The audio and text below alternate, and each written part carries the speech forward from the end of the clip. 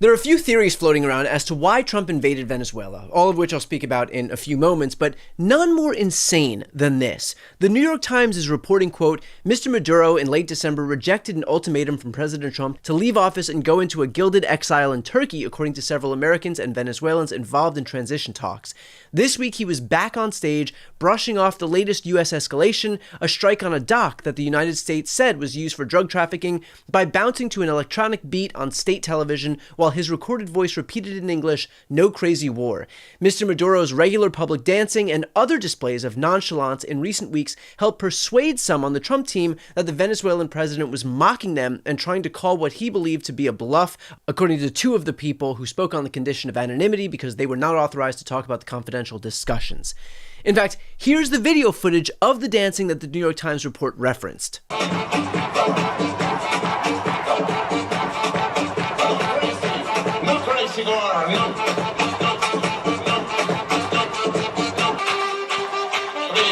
Please. Yes, please. Yes, please. Peace to the better. Peace to the better.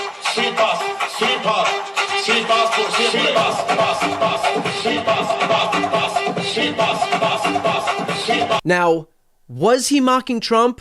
Probably. Unless the world is so unfortunate as to have two despots who just so happen to have the same old white man dance. But let's be clear, having someone mock your dance moves is not a justification to engage in a regime change war. This is absolutely insane, and Brian is being generous, because this isn't just about dance moves. This is about Trump's entire foreign policy being dictated by his personal insecurities. The New York Times reported that Trump's team interpreted Maduro's dancing as mockery, as calling Trump's bluff. And that perception helped push the decision to launch a military operation. Think about what that means. American foreign policy is now based on whether someone hurt the president's feelings. Remember when Trump almost started a war with Iran in January 2020 after ordering the assassination of Qasem Soleimani? That escalation happened right after Trump was impeached. His ego was bruised, so he needed to look strong. Remember when he threatened fire and fury against North Korea after Kim Jong-un called him mentally deranged? Trump's response to being insulted was to threaten nuclear war. And now Maduro danced on TV saying, "No crazy war." Trump took it personally and he launched a military raid. This is what happens when you elect someone whose entire sense of self-worth depends on being seen as a strong man. Every authoritarian leader on earth now knows that Trump's decisions aren't based on American interests. They're based on whether someone hurt his feelings. I mean, my God, what are we doing here? And this is the guy who was elected in 2016 because a woman would be too emotional to be president? And yet this should come as no surprise considering Trump is almost unilaterally guided by his ego. It's why he surrounds himself with groveling sycophants who give the North Korea lady a run for her money during cabinet meetings. It's why Republican elected officials would rather put at risk their own jobs by saddling themselves with a disastrous economy and foreign policy blunders rather than speak out and receive Trump's ire.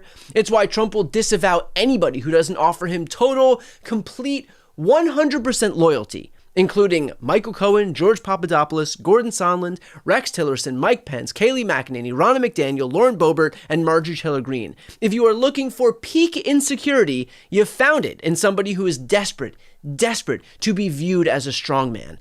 Also, what's even more insane is that Donald Trump isn't even ruling out sending Americans into Venezuela to fight. Does the U.S. running the country mean that U.S. troops will be on the ground? How will that work?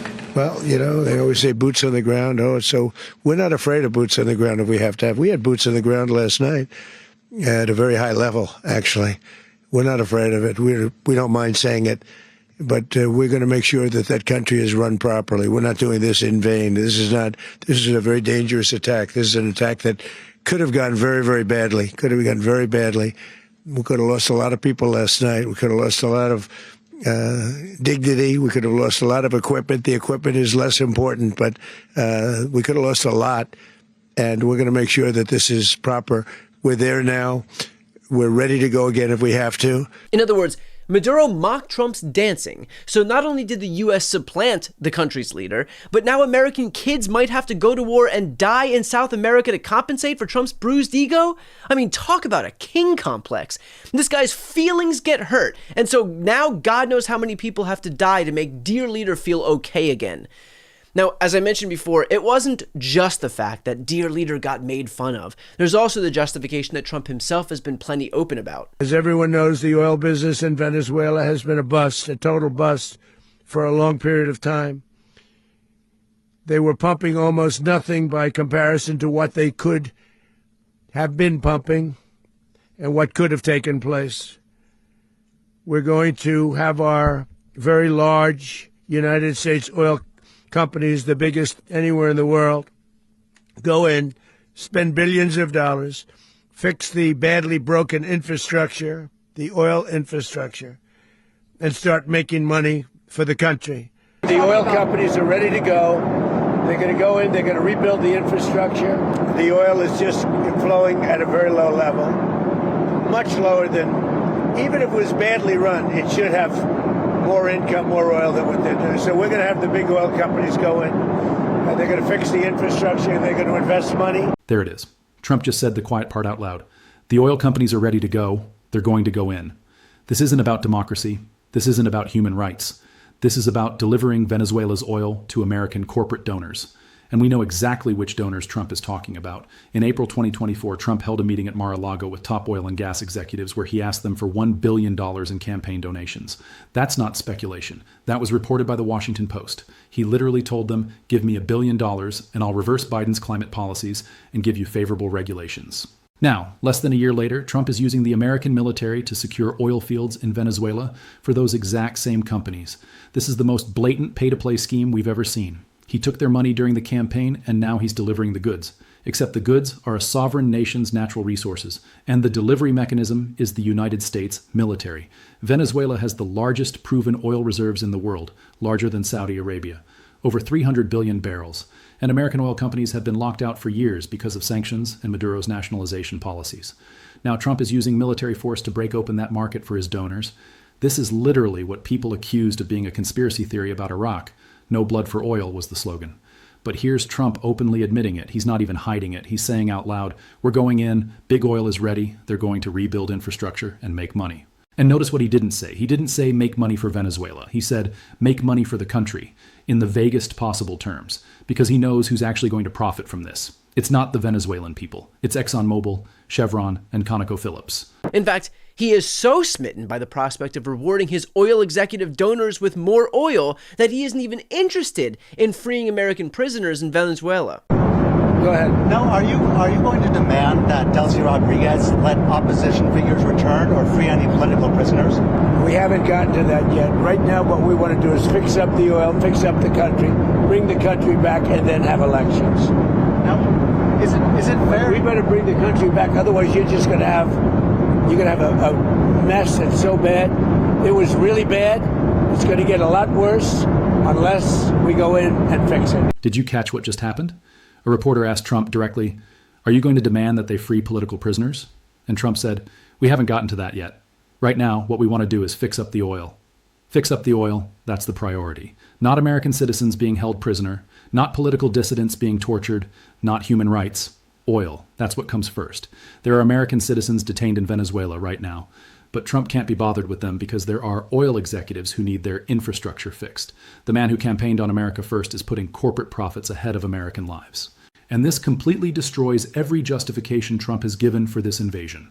He claimed it's about stopping narco trafficking, but he just pardoned Juan Orlando Hernandez, the former president of Honduras, who was convicted by a jury of trafficking 400 tons of cocaine into the United States. 400 tons. That's not a conspiracy theory. That's a jury conviction that Trump erased with a pardon. So Trump will pardon a convicted narco trafficker, but he'll invade Venezuela over alleged narco trafficking. The logic only makes sense when you realize it was never about drugs. It was about oil. He claimed it's about human rights and helping the Venezuelan people. But he just admitted on camera that freeing political prisoners isn't a priority. And he's leaving the rest of Maduro's repressive regime in place. So it's not about human rights either. The only explanation that fits all the facts is the one Trump keeps accidentally admitting. This is about oil. He took money from big oil during the campaign. Now he's using the American military as mercenaries to secure oil fields for his donors. That's not foreign policy. That's corruption with a body count. And American troops might die to make ExxonMobil executives richer. That's right. Can't worry about those pesky American prisoners when there are desperate, needy oil executives who must be attended to first. Thank God Trump has his priorities straight. And of course, we've all heard the spate of other lame excuses. Trump pretending that this is about stopping narco trafficking, which might carry just a little bit more weight if he didn't just pardon the former president of Honduras, who trafficked 400 tons of drugs into the United States.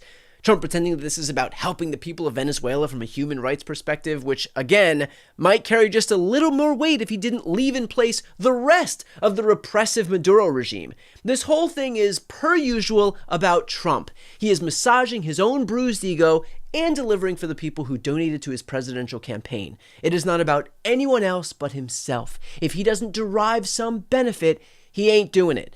That's why he doesn't care about healthcare. It's because he doesn't use Medicaid or the ACA. It's why he doesn't care about food stamps, because he's not on them. It's why he doesn't care about IVF. It's because it doesn't impact him. It's why he doesn't care about lowering the cost of everyday goods, because he's a billionaire who's not impacted by those costs. Unless he is personally effective, he will not lift a finger. And what's left is a graveyard of broken promises. Trump vowed to lower costs, to ease inflation, to protect earned benefits, to release the Epstein files, to end the Russia-Ukraine war, to make IVF free. None of those things will happen, at least not without a fight. If he doesn't stand to benefit, he won't do it. And maybe now that we're almost a decade into watching this megalomaniacal narcissist pad his own bottom line and his family's bottom line, will people begin to recognize that it's been a con all along, and that Donald Trump's sole priority is, per usual, Donald Trump.